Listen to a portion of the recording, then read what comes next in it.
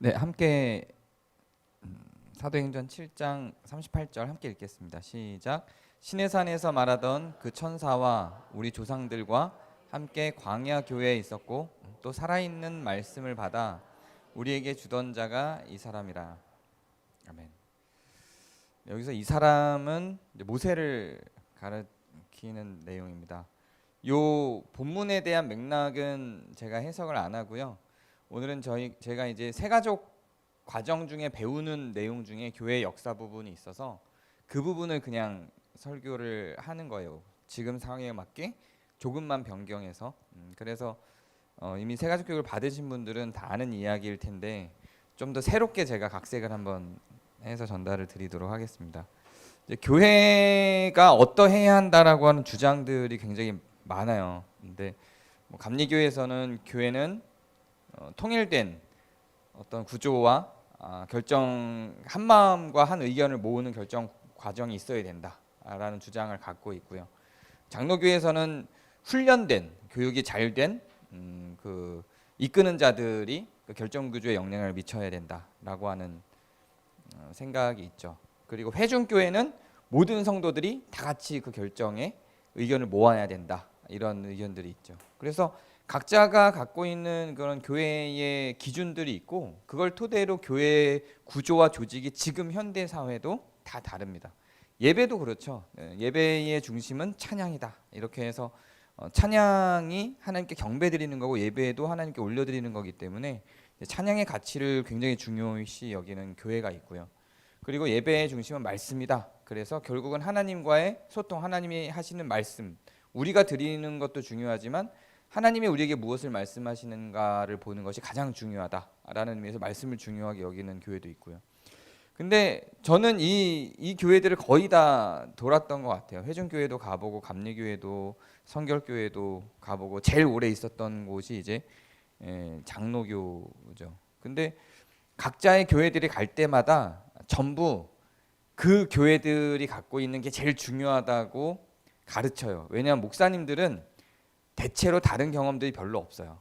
그 교회 교단에서 자라서 그 교단의 신학교를 갖고 그 신학교를 나와서 그 교단의 교회를 운영합니다. 그러니까 다른 것들을 경험해 볼 여지가 별로 없고 그 안에서만 자랐기 때문에 여기서 벗어나는 것을 받아들이는 게 어려워요.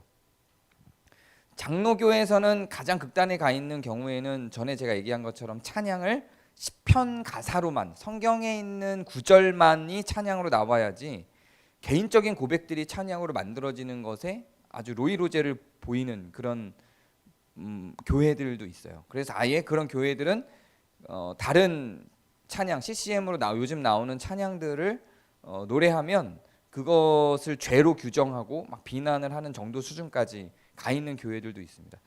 각각의 기준들을 갖고 서로 비방하고 서로 내가 가장 옳고 막 이런 춘추 전국 시대에 우리는 교회 춘추 전국 시대에 우리는 살아가고 있어요. 그럼 정말 교회는 어떠해야 하는가에 대해서 오늘 좀 정리를 해보고자 해요. 제 의견은 사실 교회는 어떠해도 돼요. 별로 중요하지 않습니다. 어떤 조직과 어떤 구조를 갖추고 있는지 어떤 행정 체계를 갖추고 있는지 이런 게 저는 별로 중요하지 않다고 저는 생각을 합니다. 그 이유에 대해서 오늘 이야기를 가져갈 거고 그건 교회 역사를 통해서 저는 확인이 될 수 있다고 생각을 해요. 교회 기원과 역사를 설명할 때 학자들마다 에덴 동산을 교회의 기원으로 보는 사람들도 있고요. 아브라함을 교회의 기원으로 보는 사람들도 있고 모세를 교회의 기원으로 보는 사람들도 있고 예수님을 교회의 기원으로 보는 사람들도 있어요. 다양한 입장들이 학자들마다 많기 때문에 교회가 언제 어디로부터 시작되었는가라는 질문에 대해서 이렇다 할 만한 정확한 답을 내리는 건 사실 쉽지 않습니다. 저는 제 입장은 모세가 이집트를 탈출한 그때부터가 교회라고 하는 이름을 붙일 수 있는 기원이라고 저는 생각해요. 왜냐하면 성경이 교회라고 하는 이름을 처음으로 붙인 게 광야 교회이기 때문에 그렇습니다. 해석상으로는 에덴 동산도 교회일 수 있죠. 뭐 아담과 하와 가족이 만들어졌고 하나님께 예배를 하고 예배를 기준으로 볼 때 예배가 드려진 첫 세대 이렇게 기준으로 보면 뭐 에덴 동산이 교회의 기원으로 볼 수도 있죠. 이스라엘의 첫 번째 교회라고 하는 의미에서 보면 아브라함 혹은 야곱을 교회의 기원으로 볼 수도 있죠. 근데 이건 다 사실상 해석이에요.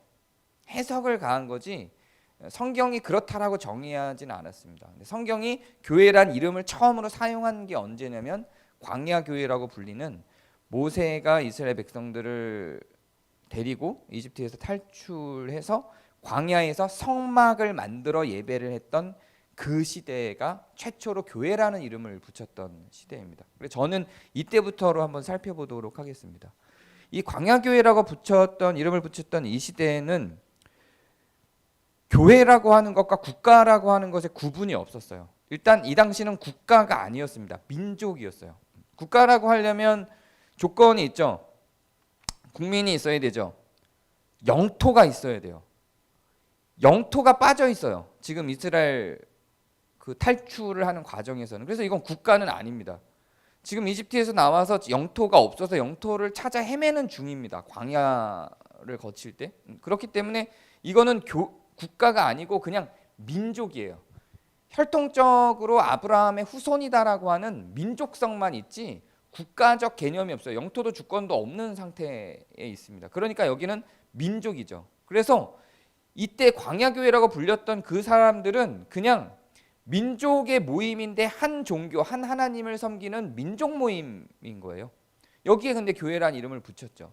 이때 교회는 어떠한 과정을 거쳤냐면 교회의 기준이 되는 하나님의 말씀을 율법으로 주셨어요. 시내산으로 지도자를 불러서 율법으로 그 율법이 너희들의 교회를 운영하는 데 있어서 기준이 되어야 한다라고 말씀을 주셨고 그 말씀을 토대로 성막을 어떻게 지어야 하는지 성막에 들어갈 때는 어떤 경건한 마음을 갖고 어떤 경건한 행동을 해야 하는지 손을 물두멍에 씻어야 하고 이런 여러 과정들을 지침으로 줬고요.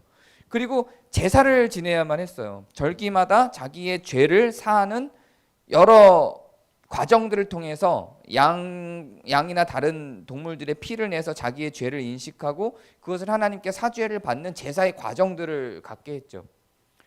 이때가 광야교회 시대의 과정이었고 각 가정들 단위로 예배를 작게 드리다가 그 각 가정들 단위로 드리던 예배에서 멈추지 않고 모든 사람들이 함께 모여서 예배를 드리는 장면들도 있었어요. 그게 총회였어요. 그래서 각자 가정에서 여기서 가정이라고 하는 거는 우리식으로 생각하는 세 가정, 3명, 4명이 아니에요. 한 60명에서 100명 정도 되는 가정이에요.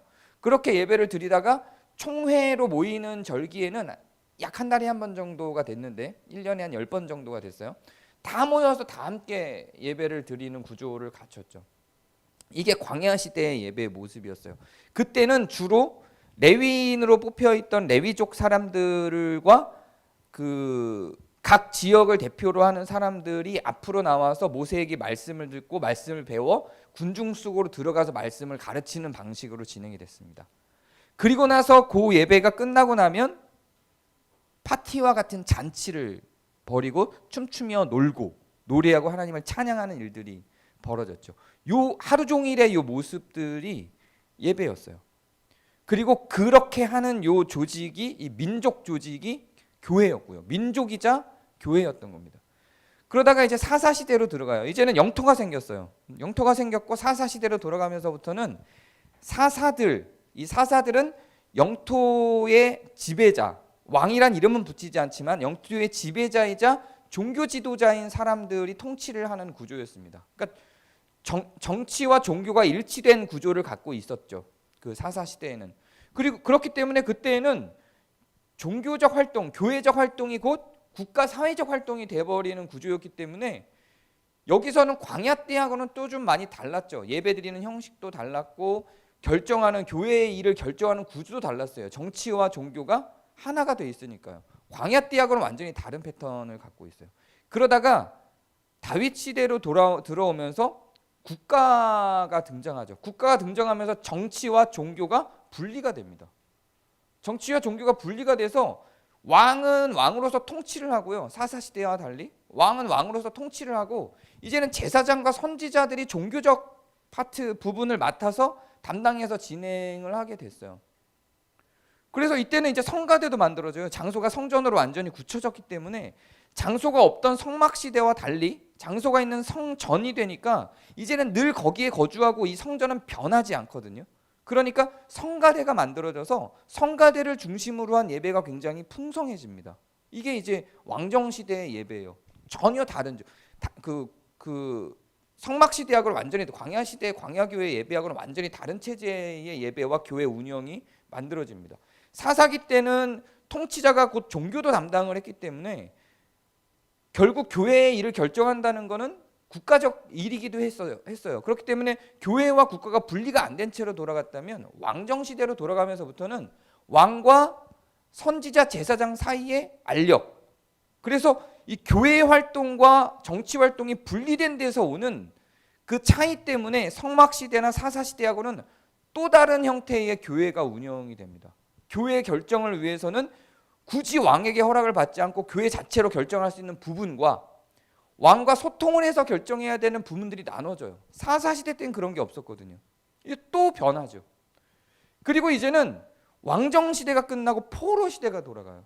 이제 바벨론과 바사 페르시아에 이 이스라엘이 점령당하면서 포로로 가서 포로시대 때는 성전에서 드리듯이 향을 피우고 물두멍에서 손을 씻고 뭐 경건한 과정들을 갖고 양을 죽여서 제사하고 이런 걸 할 수가 없거든요. 포로로 잡혀갔으니까. 거기서는 또 하루 5번 기도하는 것이 예배의 핵심이자 중심이 되어버리죠. 그러면서 포로 시대 때는 또 완전히 새로운 형태의 교회가 만들어지는 거예요.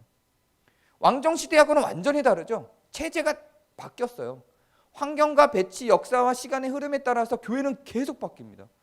그러다가 포로 시대가 끝나고 다시 예루살렘으로 이주해 와요. 이스라엘 백성들이. 그리고 성경에 기록되지 않은 400년 정도의 공백기가 있어요. 말라기로 구약이 끝나고 신약에서 다시 세례 요한이 등장하기 전까지 350년에서 400년 정도의 공백기가 있어요. 그 공백기에는 이제 로마가 이스라엘을 점령을 하면서 그 로마로부터 이제 그 굴족이라고 하는 이 당시 이스라엘의 어떤 왕족들이 도망다니면서 형성된 집단과 그 로마 시대의 치하에 통치하에 들어가 있는 이스라엘 집단들이 또 나눠져요.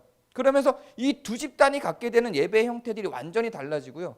이 도망다니는 사람들은 광야로 들어가요. 광야로 들어가서 로마 통치하에서 이제 종교 활동을 해야 되니까 수도승들이 됩니다. 그래서 그 당시에 도망다니던 그 사람들이 동굴 속으로 들어가서 그 안에서 종교 활동을 합니다. 이때는 또 완전히 새로운 형태의 교회가 되죠. 그리고는 헤롯 왕이 통치를 시작하면서부터 헤롯 왕은 이스라엘 사람이 아니거든요. 요르단 사람인데 로마가 기획적으로 요르단 사람인 헤롯 왕을 이스라엘 왕으로 앉혀요. 그러면서 제사장들과 대제사장들, 바리새인들, 사두개인들, 서기관들 이런 사람들을 중심으로 교회들이 헤롯 왕 치하하에 완전히 새롭게 재편돼요. 여기서 또 완전히 새로운 교회들이 또 나타나요. 그리고 예수님이 등장합니다. 세례 요한과 예수님이 등장하면서 예수님을 중심으로 말씀 중심의 교회들이 여기서 막 형성되기 시작해요. 천국 복음과 말씀을 전하는 것이 교회의 핵심과 중심이 되고 그 이전에 있었던 형식과 헌금을 드리고 하나님께 찬양하고 예배하는 형식에서 말씀 중심의 예배로 완전히 전환되는 시대가 오죠. 그리고 로마의 로마의 그 통치가 강력해지면서 교회들이 활동하기가 어려워져서 카타콤이라고 들어보셨죠? 지하로 들어가서 예배를 드려야 되는 완전히 새로운 자기의 신분을 숨기고 몰래 예배해야 되는 교회 형태가 또 됩니다. 그러다가 콘스탄틴 대제가 나타나면서 이제는 기독교를 로마의 공식 종교로 인정을 해버려요. 그러면서 똑같은 로마 통치하는데 이제는 권력을 가진 교회들이 되면서 이제는 감독들이 즉 목사들이 엄청난 권력을 가지면서 예배의 형태나 이런 것들이 굉장히 견고해지고 풍성해집니다. 성가대가 다시 부활하고요. 거기에서 이 통치를 하는 교회의 일을 결정하는 감독과 목사들 즉 아직은 교황이란 이름도 안 붙었었을 때예요. 교황이란 이름이 처음부터 붙었던 게 아닙니다. 그냥 감독 혹은 목사라고 불렀던 거예요. 그 시대에 그 사람들을 이 목사와 감독들을 추대하고 그 사람들이 하나님의 대리자로서 서게 만드는 신학적 구조가 만들어지면서 예배 형태도 목회자 중심 형태로 다 바뀌어요. 지금 우리가 하는 이 예배도요 다 목회자 중심 형태잖아요. 원래는 이렇지 않았죠. 그게 천주교의 도래, 그러니까 로마 통치 하에서 교회들의 도래로 만들어진 형태예요. 이런 형태들도 다. 그렇게 해서 또 바뀌죠. 그러다 종교개혁이 일어나요. 종교개혁이 일어나면서 죄를 사제들이 사해 줄 수 있다는 그 로마 교회의 주장과, 그리고 성경을 해석하는 거는 사제들만 할 수 있다는 그 말씀 중심적인, 목회자 중심적인, 사제 중심적인 말씀의 해석과, 이런 것들을 종교개혁을 하면서 완전히 뒤바뀌죠. 그때부터는 교회가 교육기관처럼 모든 조직들이 다시 재편돼요. 그래서 일반 성도들도, 평신도들도 성경을 공부하고 그것을 함께 나누고 할 수 있는 구조로 교회들이 다 재편돼서 변합니다. 그 교육이 반드시 교회에서, 그 전까지는, 종교개혁 전까지는 의식이 중요했다면 종교개혁 이후에는 또 교육이 제일 중요한 교회의 어떤 구조적인 중심과 핵심이 돼버리죠. 그렇게 해서 종교개혁이 또 흘러갑니다. 그러면서 감리교가 등장을 해요. 감리교가 등장을 하면서 감리교 체제로 돌아가서 다시 약간 회귀하는 듯한, 좀 조직과 목회자 단독적인 결정권과 이런 것들이 좀 견고해지고 강화되는 구조로 가요. 왜냐하면 회중교회로 가고 장로교회로 갔더니 성도들에 의해서 결정되고 너무 다양한 다수결이나 이런 것들이 나오다 보니까 성경에 맞지 않는 결정들이 나오고 확장성이 약해지니까 거룩함을 위해서는 말씀을 쥔 자가 더 거룩해져야 된다라고 하는 의미에서 감독이 치리하는 교회로서, 목사가 치리하는 교회로서 감리교가 등장을 하면서 완전히 또 새로운 교회 형태가 또 등장을 하게 되죠. 그러다가 타락할 수밖에 없는 구조로 다시 천주교처럼 그렇게 강력한 중앙 집권적인 교회의 문화들이 들어오니까요, 다시 또 목회자들이 타락하고 이러니까 다시 또 교회를 민주적인 운영으로 재편하는 운동들이 일어나면서 지금 우리가 살고 있는 시대로 오게 된 거예요. 어떤 게 진짜 교회인가요? 제가 지금까지 여기서 쭉 만들어낸 이 수많은 교회들이죠. 성경에 기록된 것만 해도 여러 차례 교회의 모습들이 전복되고 바뀌고 새로 다시 만들어지고 했어요. 성경시대가 끝난 이후에도 교회의 모습은 계속 바뀌어왔습니다. 교회의 조직적이고 운영적이고 행정적인 형태에 있어서 교회가 이래야 한다라고 하는 기준을 정할 수가 없어요. 성경 내에서도 수차례가 바뀌었고요. 성경시대 이후에 지금까지 오는 건 어마무시하게 바뀌었고, 우리가 지금 예배를 드리는 이 모양은 성경에서, 이 우리가 운영하는 이 교회의 모양은 성경에서 찾아보기 어려워요. 찾아보기 어려워요. 그 시대에 맞게 가는 거라고 저는 생각해요. 심지어는 그 하나님의 교회라고 하는 이단 교회가 있어요. 안상홍이라고 대머리이시고 백마 타신 분이 이제 하나님의 현현이라고 주장하는 종교가 있습니다. 거기서는 성경 그대로를 가져가요. 성경의 권위를 확 실어줘요. 오히려 보수적이고 현대적인 다른 교회들보다, 우리가 생각할 때 되게 고리타분하다라고 하는 그런 교회들보다 훨씬 더 성경에 목매요. 왜냐하면 자기네들의 권위를, 자기네들이 이단이 아닌 권위를 살리기 위해서 성경을 더 강조할 수밖에 없어요. 그래서 그 사람들이 강조하는 건 하얀 면사포. 초대교회 때 성경에 기록된 바울의 서신서들에 나오는 그 보면 여자들은 하얀 면사포 쓰고 예배하거든요. 그거 그대로 걔네들은 이렇게 한단 말이에요. 세례 안 돼요. 세례 안 되고 성경에 있는 대로 침례를 하게 하죠. 그러니까 이런 것들을 기준으로 만약에 무엇이 옳다, 어떤 하나의 교회 구조만이 옳다라고 하는 방식으로 가려면 이렇게 이단적인 사상을 갖고 있는 사람들이 만든 교회들이 어쩌면 더 가까울 수 있어요. 철저하게 여기에 있는 이 성경에 있는 문자에서 그런 표면적인 것들을 강조하면서 봐, 성경에 이게 있잖아. 니네 교회 이거 해? 면사포 써? 왜 안 써? 성경에 있는데. 이렇게 간단 말이에요. 그럼 당황스럽죠. 성경을 전체적으로 통섭하고 이게 통째로 이해할 수 있는 능력이 없는 사람 입장에서는 어떤 한 구절이 딱 제시가 되면 거기에 꽂힐 수밖에 없고, 그걸 부정할 능력이 나한테 없으면, 그 배움이 없으면 여기 빨려 들어가요. 면사포 나오지. 니네 교회는 어때? 면사포 써? 아니요. 우리 교회를 봐.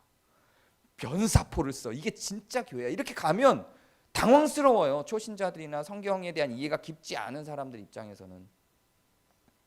하얀 두건을 쓰고 경건함을 갖고 남과 여를 가른다고요. 시대가 다르죠. 이것이 정말로 교회의 모형을 만들어내는 그 모습인가? 그러면 왜 광야교회에서는 이걸 안 했을까요? 왜 다윗의 교회에서는 이걸 안 했죠? 왜 신약 교회에서만 이걸 했고 그 사람이 교회라고 부르짖는 그 기준을 왜 신약에서만 찾았죠? 예수님이 오신 뒤만 교회니까 이렇게 얘기를 하겠죠.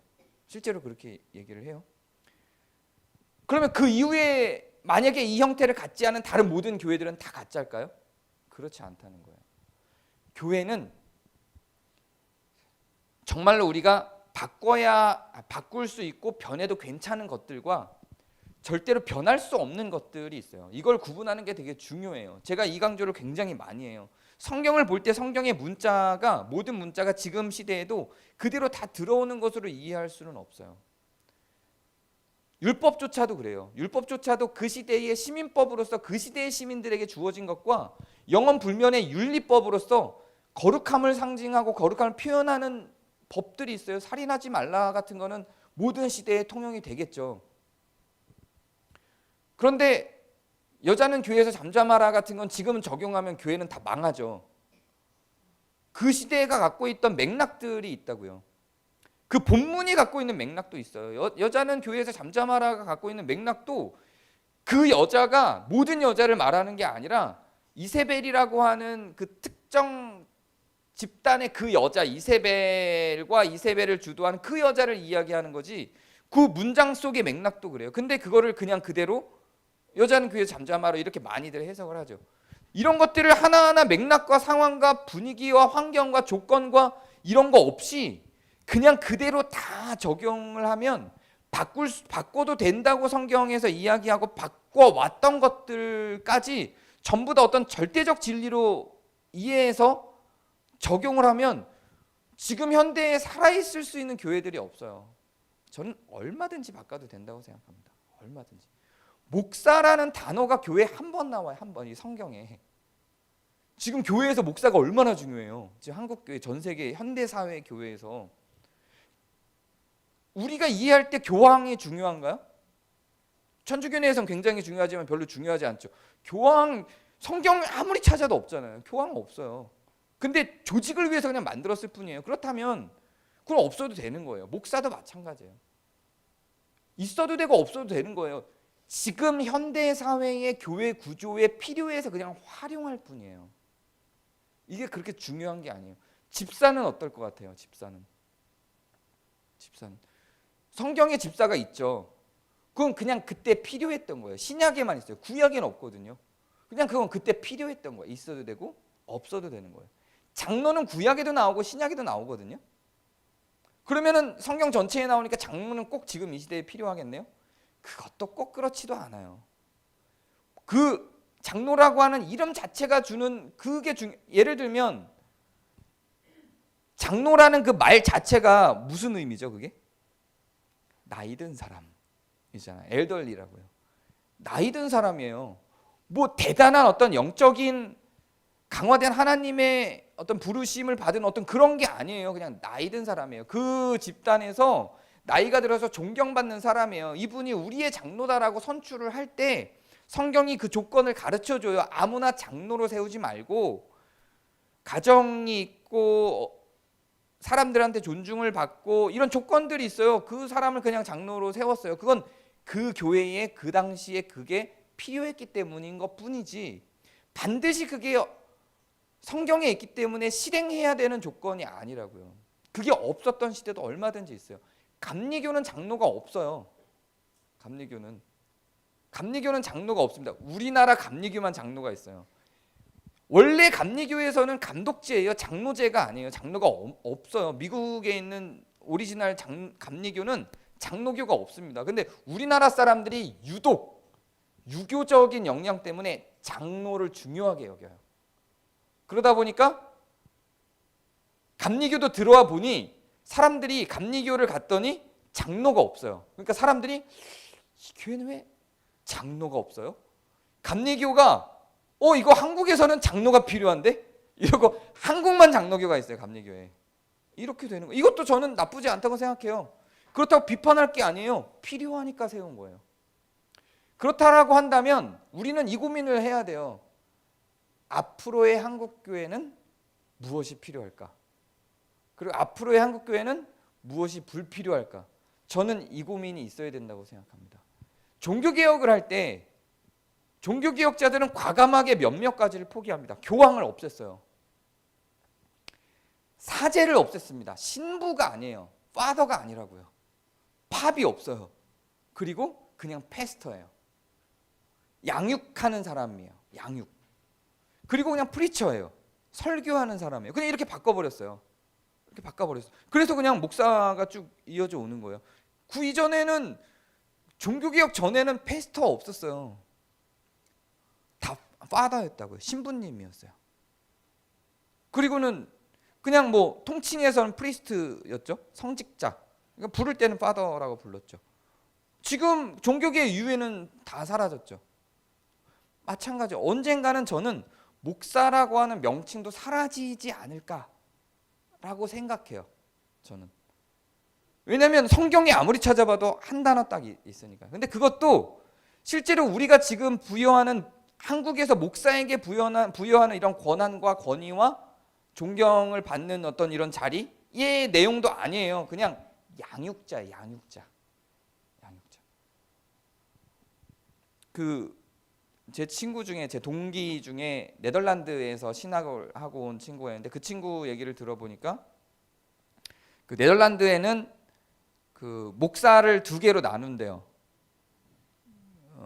패스터하고 프리처를 나눈대요. 그래서 설교하는 목사와 양육하는 목사를 나누고요. 요 두 개의 자격이 따로 있어요. 따로 요 두 개의 자격을 따면 레버런이라고 하는 이제 총체적인 목사를 준다는 거예요. 이렇게 구분이 그건 거기의 환경, 그 나라의 환경에 맞게 또 그렇게 만들어 놓은 거예요. 그래서 목사 그러면 프리처라고 하기도 하고 뭐 패스터라고 하기도 하고 레버런이라고 이제 하기도 한다는 거죠. 그건 거기에서 나는 거죠. 우리는 목사는 다 그냥 하나의 뭐 양육도 하고 설교도 하고 교회 전체 관할도 하고 뭐 이렇게 하는 목사가 있는 거니까. 이것만 봐도 벌써 지금 이 시대를 살아가는 우리도 감리교, 장로교, 성결교 있고 그 네덜란드에서 갖게 되는 조직이 다르고 우리도 다르죠. 이래도 되는 거예요. 뭐 어떤 교회 안에서 어떤 변화가 그 교회를 망가뜨리거나 큰 문제를 일으키지 않습니다. 제가 신학교를 다닐 때 제가 있던 소속된 교단에서는 꽤 큰 교회가 있어요. 송파에서 제일 되는 교회라는 이름을 가진 교회가 있는데 그 교회는 목사님하고 장로님들하고 싸움이 붙어서 교회가 반으로 쪼개졌는데 물론 그 과정 중에 다른 뭐가 있겠지만 결정적으로 노회에 올라온 그 두 분이 싸워서 교회가 반으로 나눠진 이유가 헌의라고 하는 게 있어요. 이렇게 노회에 올라와요. 왜 이 교회가 나눠졌는지에 대해서. 그리고 그 목사님이 와서 당의원들이 와서 그걸 소명하거든요. 그 소명하는데 전 들으면서 코미디 프로인가? 약간 이런 생각이 들었어요. 이유가 뭐냐면 목사님이 새로 오셨는데 장로님들하고 상관없이 의자 구조를 바꿨다는 거예요. 의자 구조가. 지금 우리는 이렇게 예를 들면 이렇게 돼 있는데 이거를 구조를 좀 세 줄로 사람들이 자유롭게 두 개 이렇게 놓지 해서 이렇게 바꿔놨다는 거예요. 근데 장로님들이 와보니 교회가 변했어. 이거 누가 바꾼 거야 했는데 담임 목사님이요. 그래서 이것 때문에 싸움이 붙어서 교회가 나눠졌어요. 교회는 이런 데가 아니에요. 뭘 해야만 하지 않아요. 성경에 있든 없든 그거는 어떤 적절한 교회 내 구성원들과 합의를 통해서 얼마든지 바꿔나갈 수 있는 거예요. 저는 현대교회가 우리가 살아가는 2025년, 2026년 이 시대를 살아가는 우리 현대교회가 전 굉장히 특별한 과제를 받았다고 생각해요. 이제 저는 교회가 변할 때라고 생각합니다. 종교개혁 당시에 변했듯이 아니면 종교개혁 당시에도 뭐 감리교가 한번 나올 때 장로교가 나올 때 회중교회에서 장로교로 장로교회에서 이제 감리교로 하나씩 나왔어요. 그 나올 때마다 나오는 이유가 있었겠죠. 회중교회를 가봤더니 종교개혁을 하고 나서 처음엔 회중교회였어요. 그 칼빈도 회중교회에 목회자예요. 처음엔 회중교회였어요. 장로가 아니라 전교인이 다 같이 모여서 우리가 지금 추구하는 것처럼 모두 다 같이 뭔가 결정하는 구조였어요. 그러다가 뭐 교육된 사람이 필요하네 일을 하다 보니 이래서 나온 게 이제 장로교고요. 그러다가 이거 여러 사람이 이렇게 같이 하니까 뭐 힘드네. 좀 더 권위를 세워주자 해서 그냥 단독 체제의 감독이 치리하는 교회로 감리교로 그냥 다시 회귀한 거죠. 천주교처럼. 뭔가 배치와 상황과 분위기와 환경과 이런 게 따라서 교회도 다 바뀌었다니까요. 저는 지금이 뭔가 변화의 시기라고 생각해요. 한국교회뿐만 아니라 전 세계 교회가 다. 지금 교회가 갖고 있는 이 구조가 교회를 안 다니거나 이런 사람들이 볼 때는 너무 고리타분해요. 그리고 교회가 추구하는 현대 사회에서 이제는 뭐 미디어도 굉장히 발달하고, 그래서 이제는 듣고 학습해서 실행하는 구조가 아니라 말하고 소통하고 실천하는 구조로 사람들의 의식과 행동 패턴들이 다 바뀌거든요. 저는 여기서 약간 어느 정도의 위기감도 있어요. 물론 저는 하나님을 믿고 점점 이 세상은 의로워질 거라고 하는 성경의 주장을 잘 받아들이고, 교회는 해체되기보다 견고해지고 더 거룩해질 거라고 저는 생각해요. 그런 의미에서 제가 말하는 위기감은 좋은 의미의 위기감이에요. 위기감이라고 하는 건 꼭 나쁘지만 않거든요. 문제를 발견하고 변화에 민감할 수 있다는 의미이기 때문에 좀 나쁘지 않아요. 그래서 저는 지금 이 시대에 앞으로 한 20, 30년 반경까지 가는 그 과정 중에 교회가 굉장히 많은 변화를 갖고 역동할 거라고, 저는 지금까지도 이미 굉장히 많은 역동이 있어 왔죠. 그럴 거라고 저는 생각해요. 그래서 조금 더 성도들이 더 많이 표현하고 성도들이 더 많이 말하고 그 말들이 서로 소통이 되면서 교회가 조금 더 역동적으로 움직여지는 어떤 구조로 갈 거라고 생각하고, 그런 의미에서 교회는 앞으로 많이 변할 거라고 생각하고, 그런 의미에서 성도들에게 지금 필요한 건 지금까지 역사를 통해서 볼 때도 그런 것처럼 앞으로 변화에 대해서 좀 열린 마음이 필요하다고 생각해요. 그래서 진리를 거르치는 어떤 개념들이 아니라면 교회의 문화적이거나 조직적인 부분들의 변화들에 대해서 지금 한국교회가 전체적으로, 한국교회만이 아니라 세계교회가 전체적으로 이거를 열어놓고 교회 구조 자체도 하나님을 알지 못하는 사람들이 들어와도 수용이 가능하고 소통이 가능한 구조로 가야 되지 않을까 하는 게 제 생각입니다. 이건 제 생각이에요. 물론 저만의 생각은 아니에요. 다른 많은 교회론 학자들이 조심스럽게 계속 이 화두를 던지고 있어요. 계속 던지고 있고 앞으로는 변할 수밖에 없을 거다. 왜냐하면 교회라고 하는 것은 에클레시아로서 함께 모이는 교회이기도 하지만 늘 디아스포라로서 흩어지는 교회이기도 했기 때문에 이제는 흩어지고 세상 속에 있는 하나님을 모르는 사람들과 연결되고 접속돼서 그 사람들과 함께 또 융합되는 과정이 교회 안에 반드시 필요할 텐데, 지금은 너무 벽을 세우고 우리만의 조직과 우리만의 용어와 이렇게 개토화가 좀 많이 돼 있죠. 근데 이런 것들이 좀 무너지고 연결이 돼야만 하는 시점이다라고 하는 게 교회론 학자들의 많은 사람들이 얘기해요. 근데 뭘로, 어떻게, 어떤 모양으로 변할 것인가에 대해서 의견이 분분하고 어려울 뿐인 거예요. 전 한국에서는 최소한 우리 교회가 그 부분에 있어서는 상당히 앞장서 있지 않을까, 그래서 여러 실험들이 가능하지 않을까 하는 생각을 갖고 있습니다. 뭐 제가 우리 교회에 온 지 이제 9년을 꽉 채우고 이제 10년 차로 접어들어가요. 뭐 많이 됐죠? 온지 뭐 코로나 때문인지 뭔가 시간이 그냥 훅 가버린 것 같아요. 근데 상당히 많이 됐죠. 저는 우리 교회가 그냥 단지 실험만이 아니라 이제는 좀 여러분들이 어떤 더 교회를 통해서 행복도 맛보고 세상이 변하는 것들도 좀 맛보고 성경에 조금 더 직접적으로 우리 스스로 들어갈 수 있는 그런 환경을 위해서 어떤 변화들이 필요할까 저는 계속 고민을 합니다. 그리고 여러분들도 그 고민을 좀 같이 해주셨으면 좋겠는 거예요. 그리고 그게 고민하는 다른 교회들의 어떤 좋은 영향을 미치고 한국교회의 변화에 좀 영향을 줄 수 있는 기회들이 되지 않을까 하는 생각이 듭니다. 근데 내가 익숙했던 것들이기 때문에 쉽지는 않을 겁니다. 이 변화들이. 저도 되게 사실은 성향 자체는 좀 보수적인 성향과 마음을 갖고 있는 사람이다 보니 이런 것들을 어떻게 해야 될지에 대한 감이나 이런 건 없어요.